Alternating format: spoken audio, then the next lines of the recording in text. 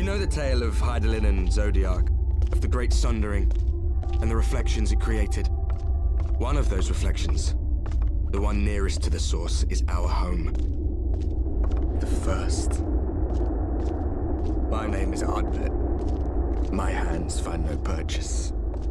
My gestures catch no eye, and my pleas, be they whispered or screamed, reach not a single ear.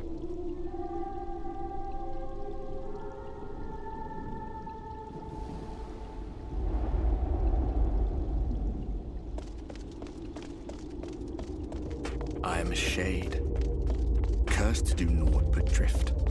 Recall my tale. We never aspired to be warriors of light. We were just adventurers trying to make our way. An odd job here, a favor there. The word of our deeds spread, and soon people were calling us heroes. The heroes blessed with her light. They placed their hopes and dreams on our shoulders and bid us fight for all that was good and right. But not all worlds hold light and dark in equal measure. In ours, the power of light was greater by far. So the Ascians, who once threatened our home, were no match. And they fell before us, one after another, till none were left. Just so. We fought. And we fought, and we fought, until there was no one left to fight. We won! And then came the light.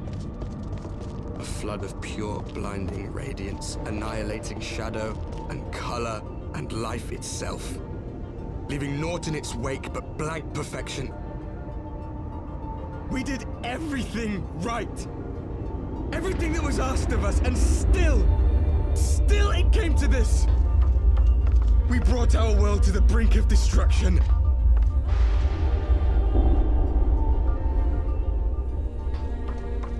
When our world was about to be consumed by light, the Ascian in white appeared before us. He said that the only way for us to live on was to bring about the rejoining. Desperate as we were, we heeded his words, not realizing that the flood was of the Ascian's own making. Lies the Ascians stock in trade, and one should not fight blindly. When you charge ahead trying to save someone else, that you end up losing those you love. That's what we did. One last sacrifice, one last fight, and it cost us everything we held dear.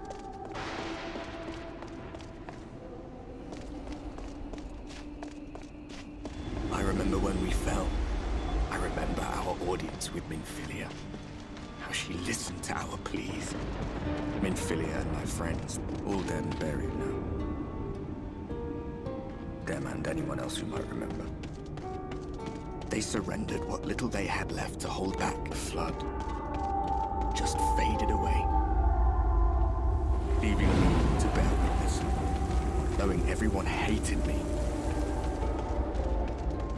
Everything we did. Everything we gave. What was it for? The world captured in a painting. Locked in a moment. The whistling breeze, mute. The pounding surf, frozen. Time itself takes a breath. And in the distance, beyond the broken earth, music, faint and fleeting, drifts coastward on the lifeless air. But the worst thing was the solitude. 100 years. 100 long years. Time wears you down, aye. Solitude eats away at you. I hardly noticed when my mind and body began to fray at the edges. There were times in the years and decades that followed when I wondered if we might not have been better off just letting the rejoining happen. That we'd made one last mistake. It's hard not to doubt yourself when you're the man who caused the flood. I don't remember when it was that I learned regret wasn't worth the bother. You get numb to it all over the years. The lost comrades, the broken promises, the abandoned principles, the guilt of causing the flood. Just more nagging burdens to ignore. We were blind to the truth once, so I tell you this, as one fool to another. Light, dark, it doesn't matter. What matters is how you choose to use them. We made our choice and you see what came of it, so please, forge a different path. Seize a better fate. All of which is a long way of saying, don't make a choice that leaves you alone. Nothing is worth that, especially not eternity. The path I once walked is now yours to finish. I hope you'll have a better answer than this when all's said and done. Me, I'm no saint or savior.